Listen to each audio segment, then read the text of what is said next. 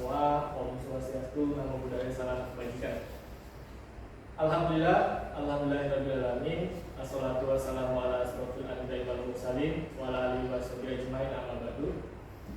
Puji syukur adalah kita aturkan kepada Allah Subhanahu wa taala yang telah memberikan kita kesempatan dan juga kesehatan sehingga kita semua dapat berkumpul di sini dalam keadaan sehat.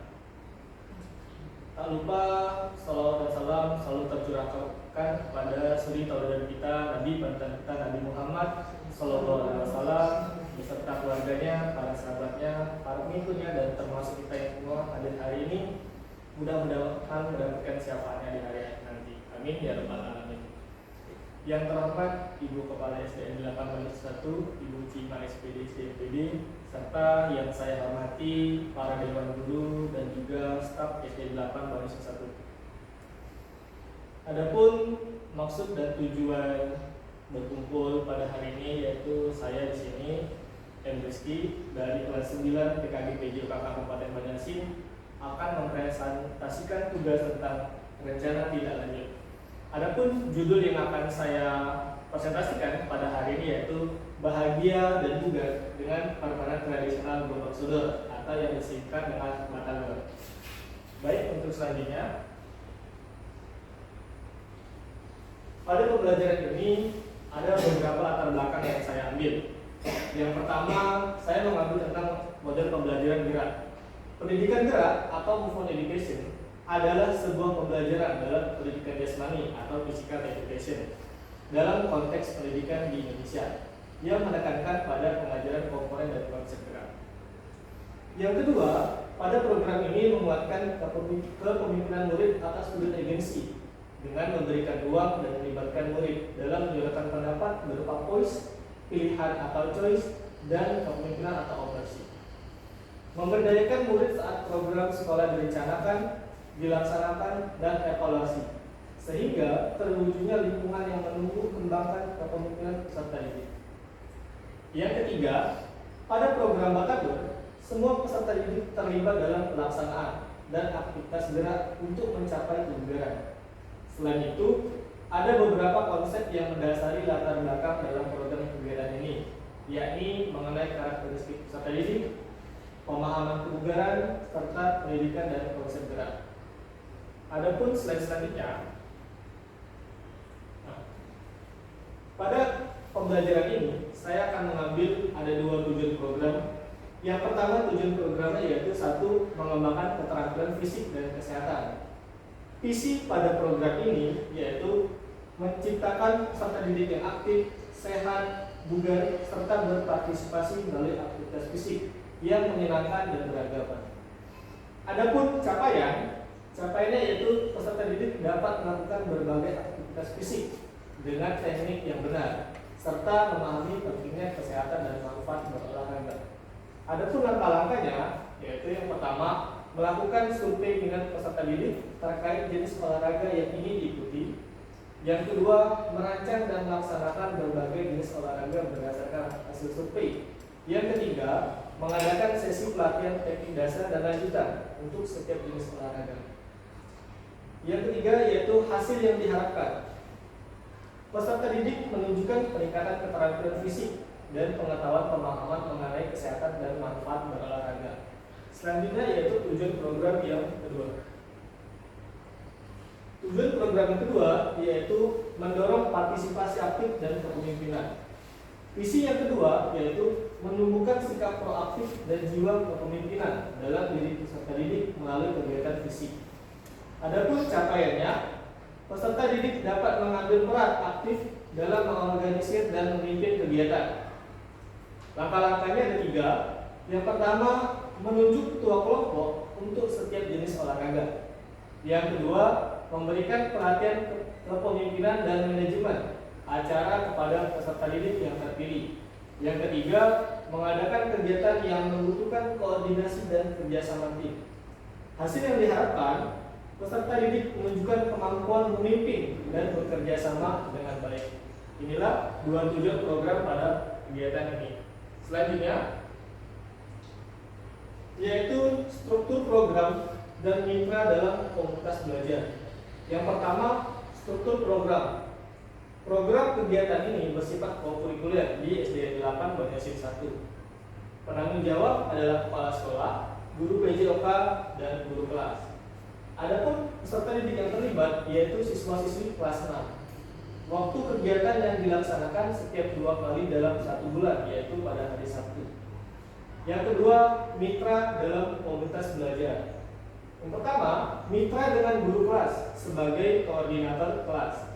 Yang kedua, peserta didik dan pihak lainnya yang terlibat dalam peserta didik kelas 6. Jadi pada kegiatan pembelajaran gerobak sodor ini sesuai dengan salah satu program dari Kabupaten Banjarmasin yang bernama Sang Purba atau Sanggar Permainan Kurang Banjarmasin. Sang Purba ini telah diadakan lomba pada hari Rabu lalu, tepatnya di alun Kota Pangkalan Balai.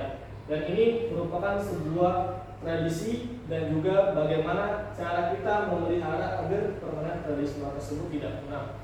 Seperti yang kita ketahui, permainan tradisional lambat laun akan kalah dengan permainan online. Seperti halnya yang terjadi pada siswa SD, sekarang lebih dominan dan lebih mayoritas bermain gadget dibandingkan bermain permainan tradisional. Adapun slide selanjutnya yaitu pernyataan tentang kapasitas yang dimiliki kelas atau sekolah. Sekolah Dasar Negeri 8 Banjarmasin 1 memiliki kepala sekolah, guru, tenaga pendidikan yang profesional sesuai dengan kualifikasi akademiknya.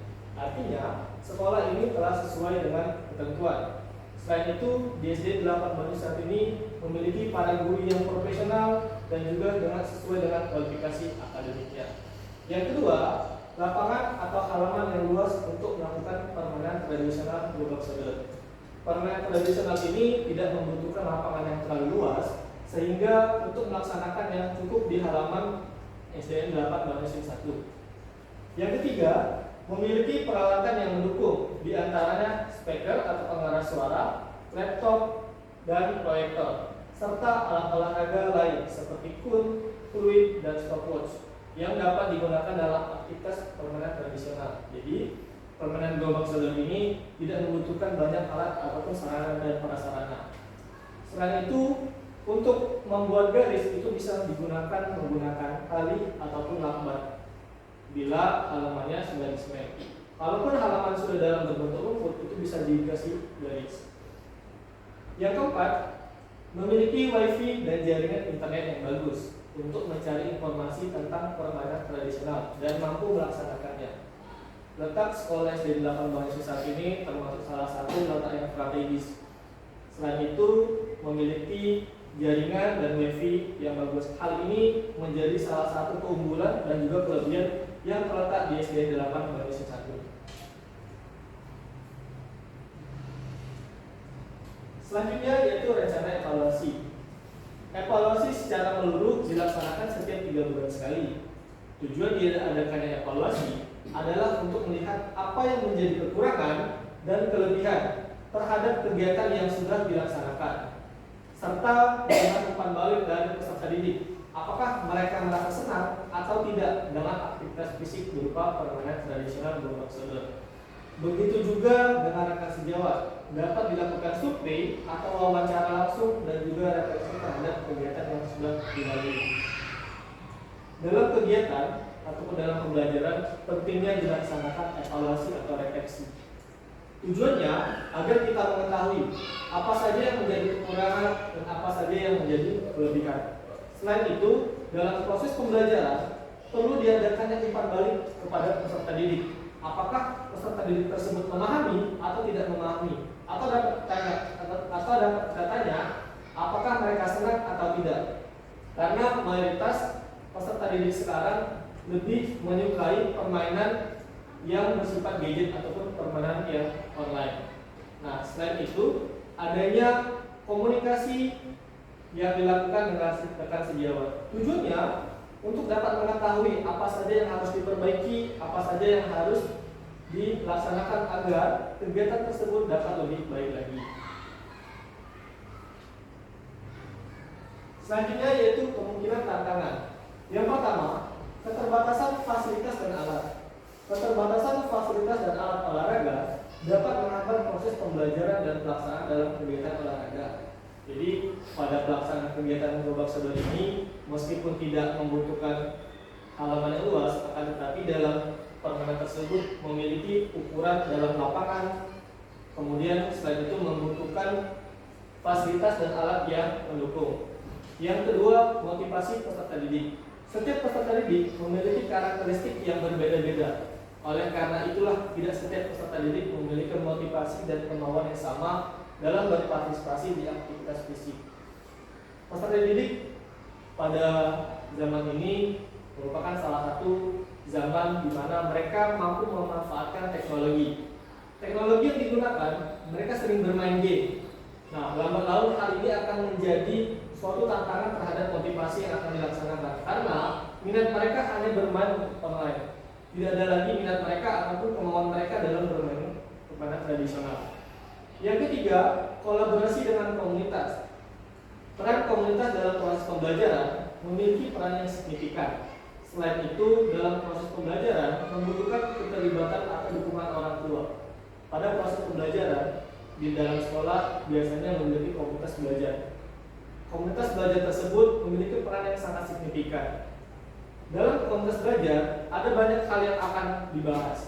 Contoh, dalam satu hal bisa dibahas mengenai platform mereka mengajar, dan juga dalam proses pembelajaran membutuhkan keterlibatan ataupun dukungan orang tua. Jadi di sekolah ini siswa tersebut belajar, akan tetapi ketika di rumah membutuhkan keterlibatan ataupun dukungan orang tua agar anak tersebut atau peserta didik tersebut dapat memahami materi yang sudah diajarkan oleh guru. Yang terakhir yaitu waktu dan jadwal. Dalam perencanaan dan pelaksanaan aktivitas fisik berupa permainan tradisional membutuhkan sinkronisasi dengan waktu serta jadwal sekolah. Waktu dan jadwal ini dapat disesuaikan dengan keadaan sekolah masing-masing. Mengingat setiap sekolah tentunya memiliki jadwal komunitas belajar yang berbeda-beda. Selain itu dapat disesuaikan dengan kegiatan sekolahnya masing-masing. Ya. Baiklah, ibu-ibu sekalian, itulah tadi presentasi dari saya mengenai tugas rencana tidak lanjut PKG PJOK kelas 9 Kabupaten Monosik.